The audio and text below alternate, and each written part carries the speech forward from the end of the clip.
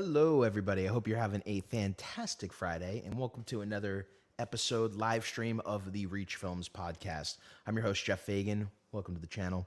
I'm doing something a little different today. I am doing a multicam live stream, and we are live streaming on Instagram, which StreamYard is now letting us do. So if you are here, do me a favor, let me know in the chat if you can hear me.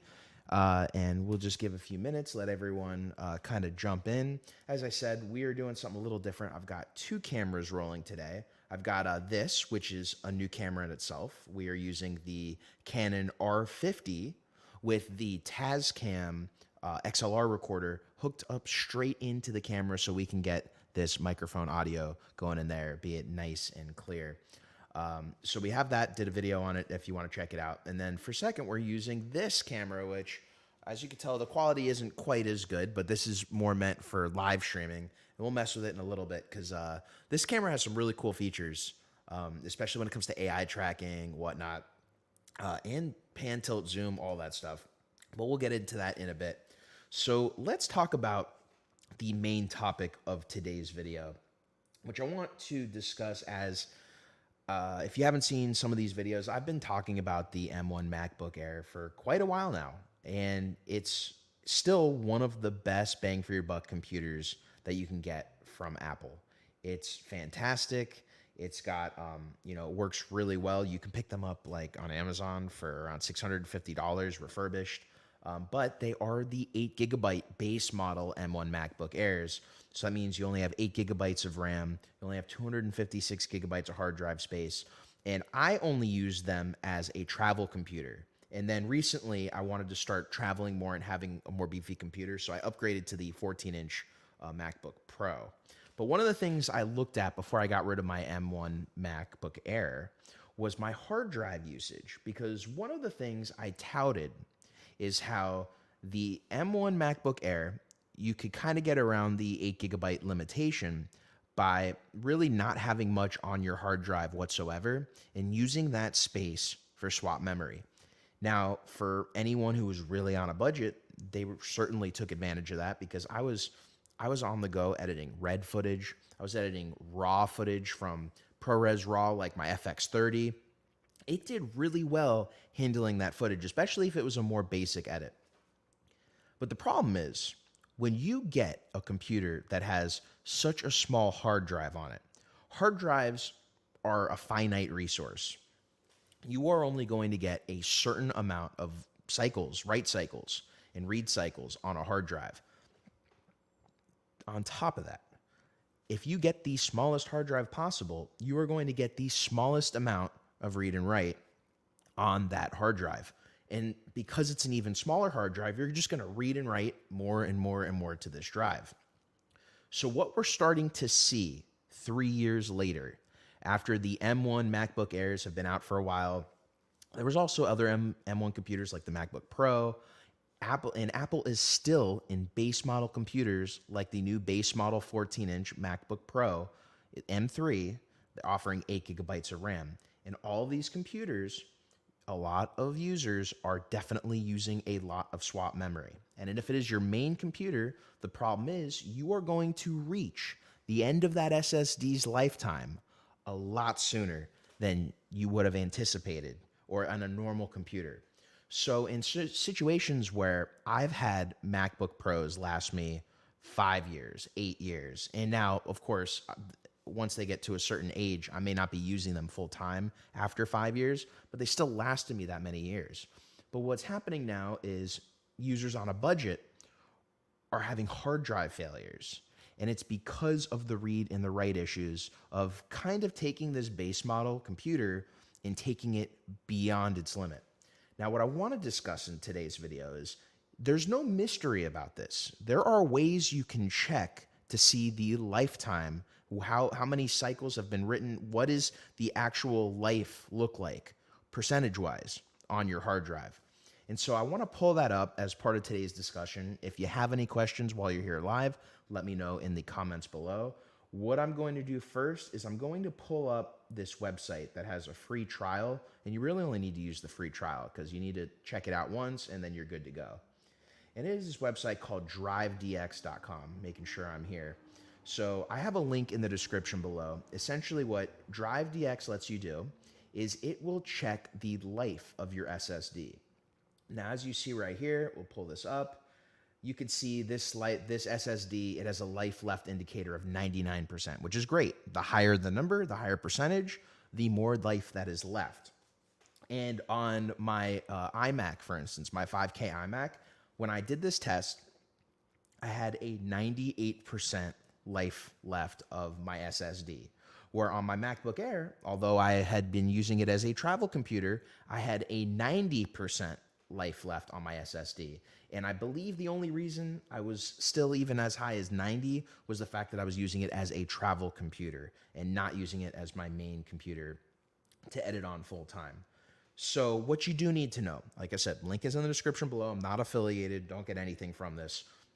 You can go get the free trial. It lasts for 15 days. And if you are concerned about the life of your SSD, you can check it with the free trial and then delete it afterwards. It's really great that they offer this. And then if you're interested in buying it, let's see how much it even costs. I don't know. It's not that expensive. It's $20. So if you want to continuously check on it, it's $20 and you get a license, a personal license. So it's a pretty decent, easy to use software. I definitely recommend getting it. Oh, we got some commenters here, and oh, good old Scott Balcom. So Scott knows the 8 GB issue all too well, and Scott was one of the first guys who showed me his video on getting an external SSD in order to actually just edit off of your external SSD and not edit off of your computer drive. And that is what I'm going to say saved my laptop, my M1 MacBook Air, from failing, because all of the editing I did was off that SSD, the Sabrent. I'll have to find your video, Scott. I'll put a link in the description after the live stream, but that's pretty much what you had to do. So, and then we have Jason in here.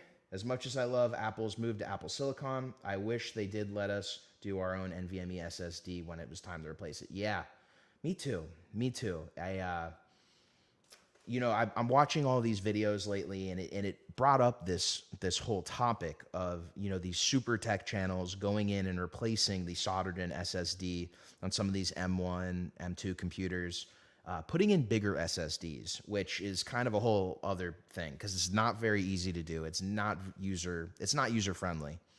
But they're talking about the whole write cycle and how they're getting these SSDs that they're soldering into the computer from a broken, different Mac computer. And the reason they're doing that is you need to have an SSD that came on a Mac computer, so it has the firmware, so when you solder it into whatever you're replacing the SSD on, it will read it and work. It's a huge mission, and who knows, maybe we'll see some local repair shops over the next 3-4 years start to offer this service. However, I don't see it being cheap. Now, yeah, I wish there was a way that Apple would offer this replaceable SSD because it would stop this problem. But what's interesting is Apple's kind of creating this problem by even offering an 8 GB computer. I don't understand why, I get it. Just like I did, I was able to make that 8 GB computer work. But now you're taking a computer that could have lasted you, 5-10 years, and you are definitely shrinking the lifetime of that computer. Because once that SSD goes, unless you can find somebody to put a new SSD in, and that's if by putting a new SSD it'll work, it's a mish, and you're honestly paying for a paperweight. So it's kind of, you pay less now to pay again or more later, or at this point in time, you just pay the right amount and the computer will last you a lot longer, and you end up just getting the performance out of it. Now, I don't necessarily think a lot of users need to go and get much beyond 16 gigs of RAM. In my M3 MacBook Pro, I've got 18 gigs, and it's fine. It really is fine for me. Like I said, the 8 gigs was fine for me in the M1 MacBook Air. Problem is, there's just these little things that go on that you don't realize because Apple does a great way they just do a really great job of integrating their SSD, their RAM, but it would be nice if there was some kind of disclaimer to let you know kind of what could happen if you're a power user and you're getting this cheaper computer. So that's kind of my tirade on the 8 gigabytes of RAM and why it is killing your M1 MacBook Air, because I have a lot of friends who are on a budget and the video editing is not their main gig, but they're running on older computers or they're running on Windows computers and they want to get into Apple, but they don't want to spend a lot of money. And there's just all these deals right now on M1 MacBook Airs. I mean, you can get them crazy cheap. Like I said in the beginning of the video, you can get them for $650 on Amazon refurbished. But there's a trade-off, and it's just I want everyone to understand what that trade-off is going to be, and it's just that computer's not going to last as long as a typical computer would. But at 8 gigabytes of RAM anyways, and at the rate that we're getting these new Apple Silicon chips, in a few years, I think the M1 MacBook Air will finally lose that great value place that it's sitting right now in the Apple ecosystem. But even looking at performance-wise, for what you get CPU-wise in the M1 MacBook Air, it is still a great option. I just wish a lot of these websites like Amazon would let you get these 16 gigabytes of RAM and not just blanketly sell 8 gigabytes as we've been discussing. So that is that. Then I also want to discuss using the Canon R50 as a live stream camera. Now, I did not intend to do this. There was a Black Friday deal. Canon was doing some really just insane deals on cameras, especially in their refurbished section. And the R50 was a camera that I purchased like 10 months ago, and I planned on doing a lot of content on it. And then my plate kind of filled from work, and I didn't see the time I would have had to make videos on it. And there were some things that kind of bummed me out about this camera. And I felt like even though it was a really cheap camera, it not having C-Log 3 really bothered me. And these Canon cameras, especially the ones that are really hybrid cameras like the R50 is, and the R7, the R6, the R5, as great as they are at video, they weren't like live streaming cameras. So I just ran into a lot of issues. For instance, right now, we're not even shooting an HDR-PQ.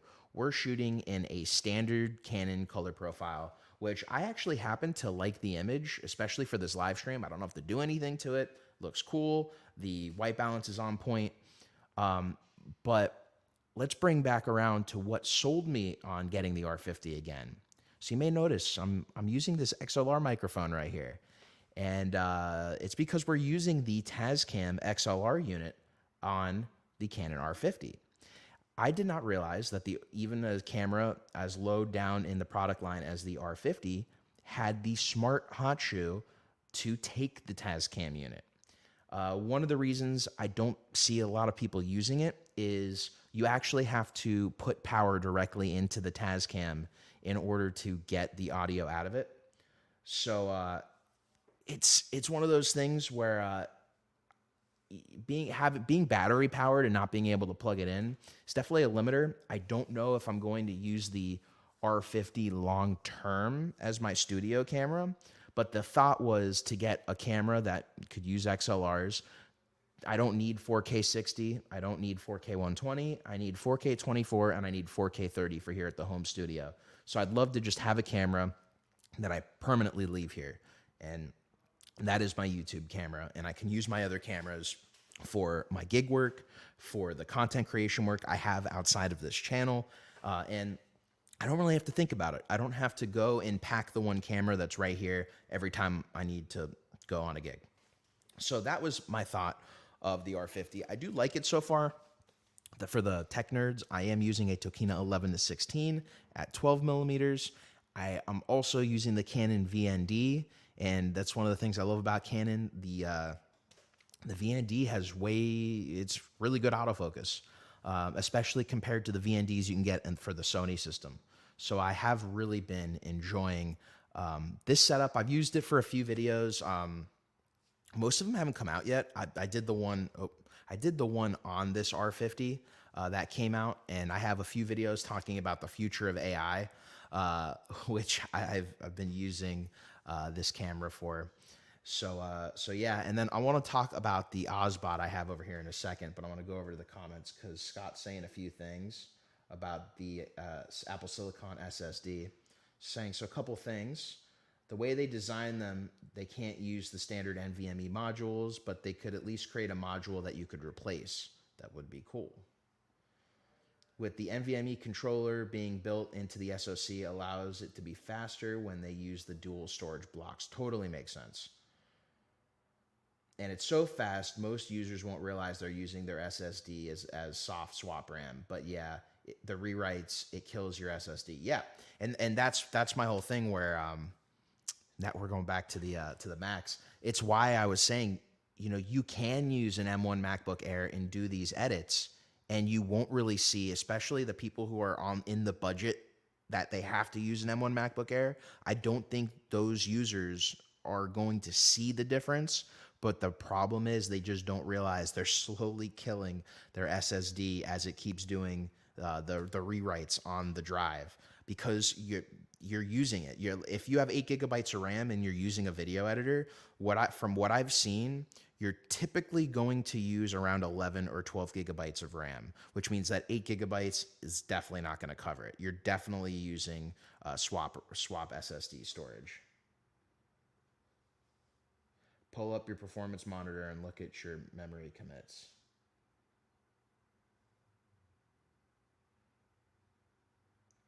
So 8 gigabytes isn't like 16 gigabytes.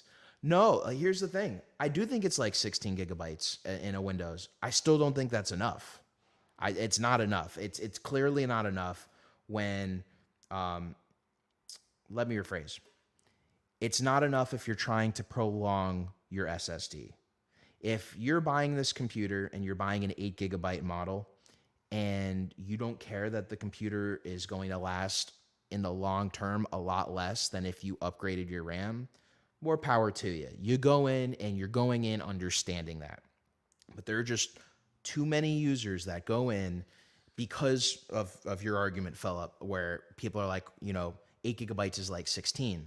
So they go in and they buy it and they don't realize that they are just knocking that SSD. The more they edit on it, the more they're using that swap memory, the more rewrites are on that small little 256 gigabyte SSD, or I guess technically should I say the two 128 gigabyte SSD sticks that are in the M1 MacBook Air, which is part of the reason it's so fast as well with the memory. You're just not going to last as long. And so that's why I've repurposed our M1 MacBook Air that I had. I didn't sell it, but we're using it as a live stream computer for work, which in those situations, we're not going to go past the 8 gigabytes of usage, but we're not using it to video edit anymore. It's literally just a live stream computer. And what's crazy is I'm starting to see M1 MacBook Airs on eBay for like $350. I don't know what condition they're actually going to be in when you get them, but that's a whole other story. I wonder about people buying used and not realizing their SSD is about to die. Yeah, that's a huge thing. That is a huge thing. Of if you're buying a used M1 MacBook Air and it's a base model, the first thing you got to do is check the SSD life at this point, because now we're 3 years later, and if you're buying I keep saying M1 MacBook Air 8 gigabyte, but I think if you're buying a computer from Apple Silicon, if you're watching this down the line and you bought an 8 gigabyte version, you do need to check the SSD, especially if it's on that 3-year mark since it's been released. You just don't know the usage of that computer. And if you bought a computer and it's got a very small lifespan left, according to this program, Drive DX, or you figure out another way to figure out the lifetime that it has left, like, you should return it. And I think that's where, a lot of the tech channels are talking about how buying the base models, you get the best resale value. Yeah, as the seller, not necessarily as the buyer when it comes to Apple Silicon. But we're only going to start seeing these issues this year, moving forward. You're going to see a lot of them in 2024. You're going to hear a lot of horror stories. In 2025, you're going to start hearing the ones from M2. Just as we go on. And so that's where I think the only two solutions are either Apple starts putting in higher SSDs, which I did see they did that with the the M3 MacBook Pro, just the base model M3. You can only get it with, I believe it's 512 gigabytes of SSD storage. That's going to be a lot better. You're going to get a lot more life out of that SSD than you do out of a 256 gig SSD. But on the M2 MacBook Air, you still, even though it's a single SSD, you still have the 256 gigabyte SSD, which means it's not going to be as long. So I think they need to figure out if they want to keep playing this 8 gigabyte game, where the SSDs lie in order to increase the long-term performance. Because you get somebody who's never been in the Apple ecosystem, they go and they buy one of these computers and then it fails after a few years. And if they were never fully in the ecosystem, I can kind of bet they're not coming back. You may keep them as an iPhone user, but as a Mac user, man, I don't know. I don't know if I would, if I was knowing friends of mine who are not Mac users who are buying these computers just to use Final Cut because it's a lot easier for them than Resolve for whatever reason. I wouldn't stay with Apple at that point. Not sure that Apple cares about the resale market. I think it's more concerned about people paying huge markets for RAM or hard drive or fully replacing their machines. And yeah, no, for sure. And that's where I'm about too, where if you're buying this computer brand new and in 2-3 years, it's dead, out of life, Apple's not going to service it anymore. They're not going to give you a replacement SSD. They're going to say that it's dead. And your only option is to buy a new one. You're going to sour a customer, that, especially a brand new customer. If a used customer buys a computer and it fails, unfortunately, that's part of the business of buying a used laptop. I hate to say it, it just is. But these are one of the things you could look for. Markups, not markets. Yeah, for sure. I get what you're saying, Philip. For sure. RAM and SSDs are so cheap, Apple really needs to stop using them as massive profit centers and just charge reasonable amounts for them and charge for the laptop. Yeah. I mean, probably not going to be a very, people probably aren't going to be happy that I say this, but I think they just need to, if their next step up from like a MacBook Air, let's say, is you pay $200 for a MacBook Air that has like a 512 gigabyte hard drive, just raise that, make that $200 increase, make that your base model price. I know you're not hitting I guess they're trying to hit these like target spots and they're trying to get there. They're trying to get to like that $1,000 mark or that $1,100 mark. And they can't once they raise it $200, but man, you're going to have some angry customers, guys. It's coming. It is coming. If you guys have seen a lot of the tech channels, it's a big talk right now of these SSDs. And as filmmakers, because, you know, this channel is about filmmaking, content creation, and that's the side of computers that I want to touch on. Anyone who's doing that is heavily using their RAM.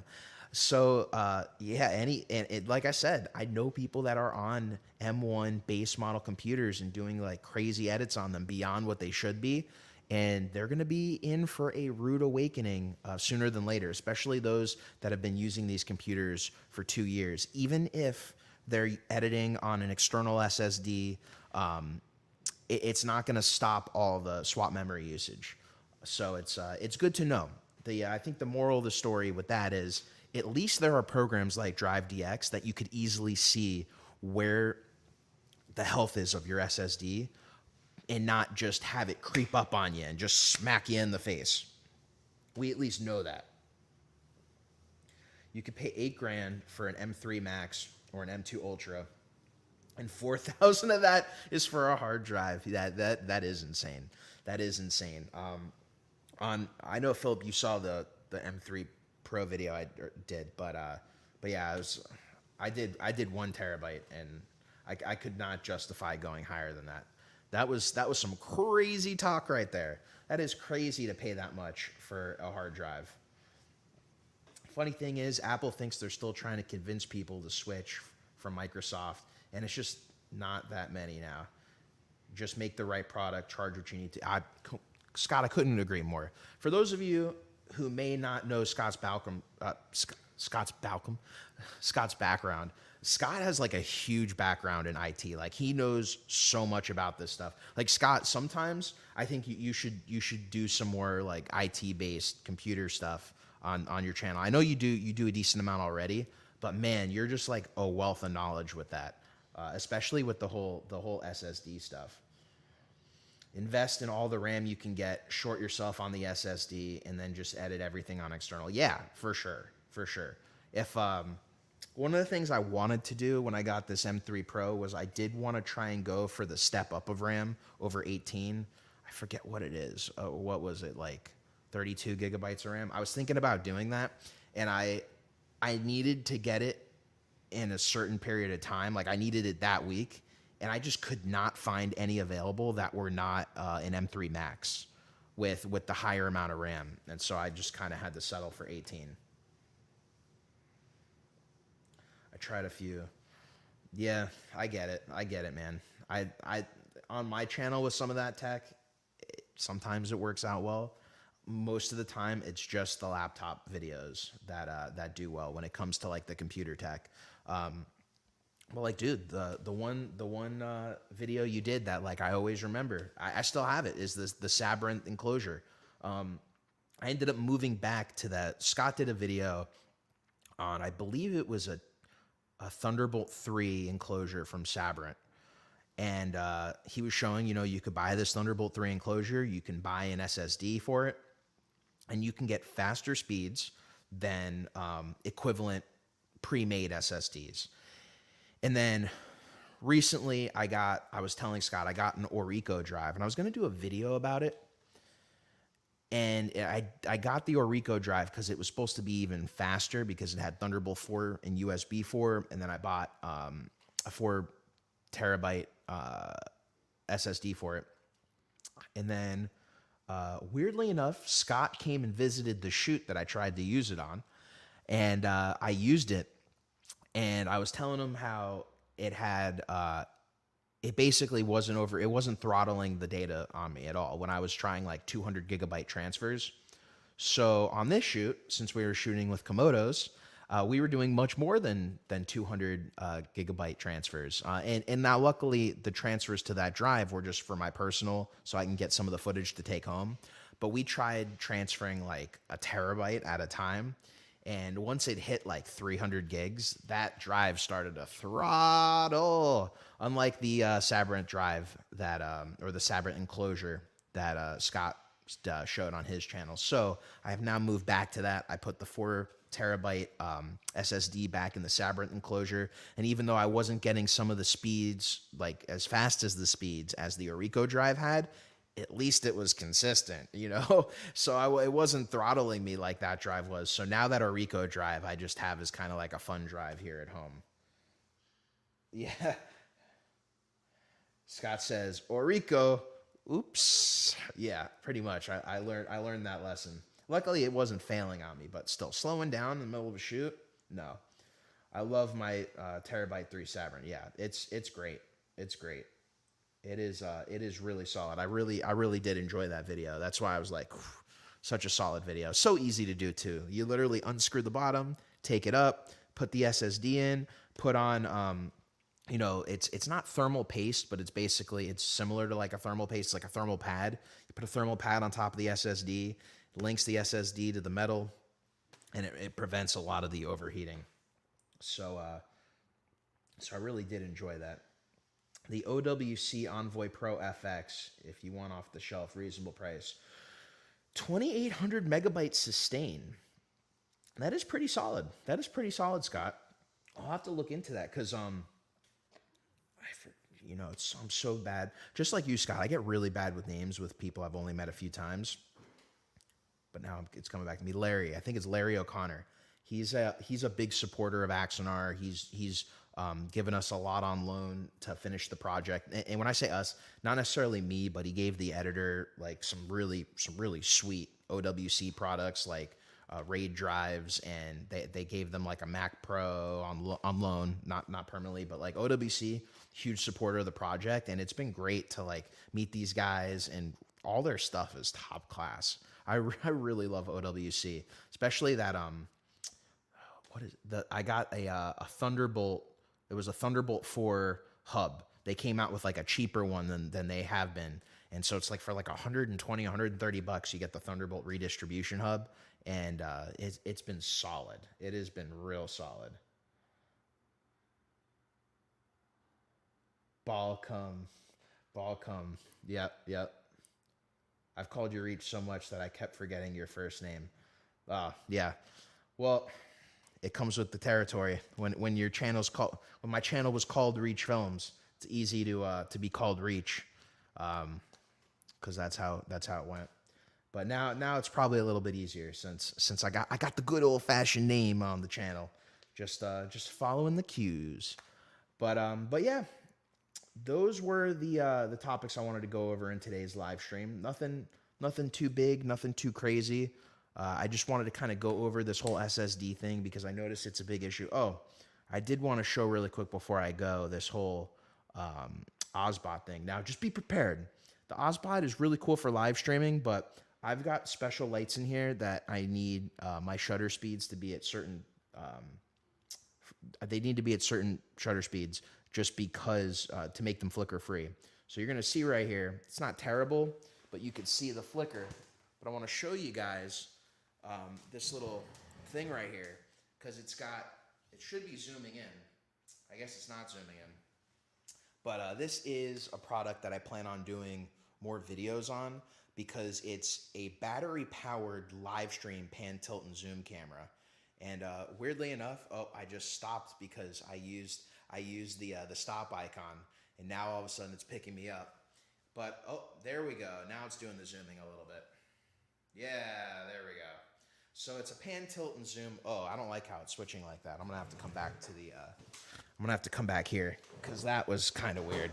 But pan, tilt, zoom camera that's really meant for live streaming. I have it hooked up into the A10 Mini, and it's been cool. I've tried to use it in the field. I think it's definitely better as a studio camera. If I didn't have these lights with the flickers on them, it would have been a little bit easier.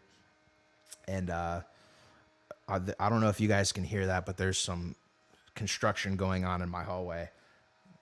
So sorry about that noise.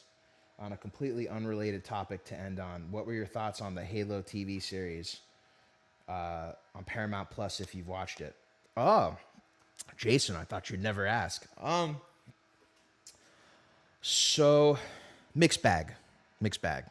I thought it was definitely better than any of the live adaptations we've seen up until now, because the live adaptations, there were always like little one-off things here or there. I thought it was better than that. I kind of like that they're not sticking directly to the stories that were in the games and the books, but instead it seems like they're trying to take a lot of the stories that were in the games and the books and kind of make a bigger overarching story that connects, for instance, like the Master Chief a lot more to the lore of the aliens, whatnot, blah, blah, blah. It just seems like they're trying to do a lot more to make the story a lot more connected and not kind of do it as they go. So I have liked that. There are little things I didn't like here and there. It's definitely not perfect. Kind of like I've learned from Star Trek, season 1 of, these shows, especially these really big shows, tend to not be their best. Tends to kind of be the season that they learn from. I saw the trailer for season 2 the other day, and it made me rewatch a few of the season 1 episodes because the trailer of season 2 makes me really excited because it seems like they're going to cover the whole Fall of Reach storyline up in season 2, and it seems like it's going to be the Fall of Reach leading until the first Halo game in season 2 finally. Sorry, it's getting really loud. There was just to give you guys who are here a little story. There was an e-bike explosion in my building 2 weeks ago, 4 floors above me. The e-bike, the battery exploded, and the guy apparently had a seizure while it exploded, and so they didn't report it until it was going off for a little while.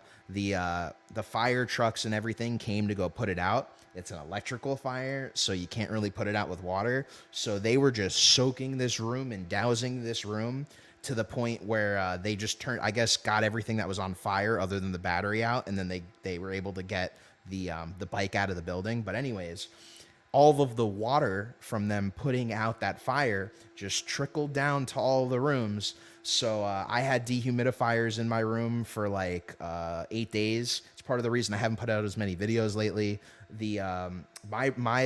I lucked out and my apartment was pretty much okay once the dehumidifiers were in for 8 days.